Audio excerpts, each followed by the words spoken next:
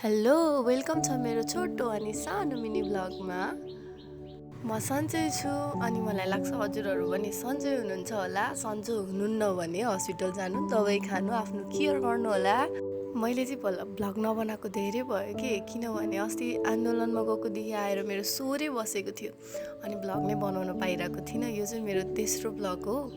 अर्को आइडीबाट मैले ब्लगहरू धेरै बनाएको थिएँ, सो त्यो आइडी गयो अनि मलाई त्यसको पासवर्ड पनि थाहा भएन। अनि मैले अहिले बनाउँदैछु यो आइडीबाट। सबैजनाले गएर सब्सक्राइब हानिदिनु होला भन्न चाहन्छु।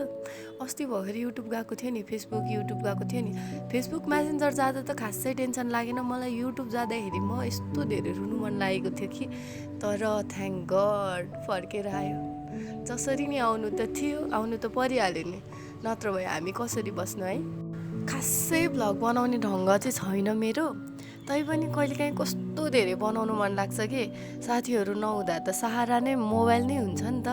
अनि कहिलेकाहीँ चाहिँ अब कोही साथीहरू नहुँदा चाहिँ यस्तो रमाइलो पनि हुने, टाइम पास पनि हुने, समय गएको जस्तो पनि नहुने, अनि अर्कोतिर काम पनि हुने।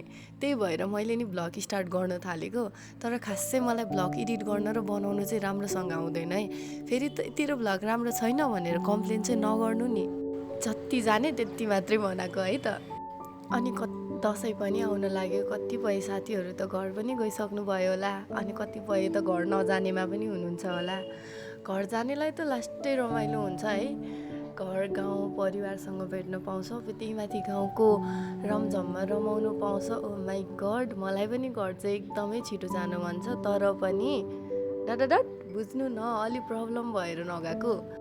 तर नि म छिट्टै जाने कोसिस गर्दैछु। जतिजना पनि गाउँ जानुभएको छ उहाँहरूलाई त कति धेरै रमाइलो भइरहेको होला, अनि कतिपय चाहिँ गाउँ नजाने भनेर सोचेर बसिराख्नु भएको होला।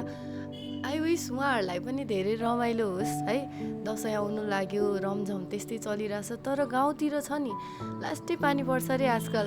मम्मीले भन्नुभएको यसपालिको दसैँ हिलो दसैँ हुन्छ अरे। कलेज बिदा भएको धेरै दिन भइसक्यो, तर पनि घर जानु मन लास्ट लागिरहेछ, तर नि पाइरहेको छैन।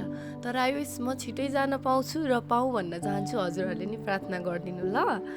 अनि अर्को कुरा, दसैँमा गएर टन्न मासु खाएर दुब्लाको मान्छेहरू मजाले मोटाएर आउनु है ल ल ल।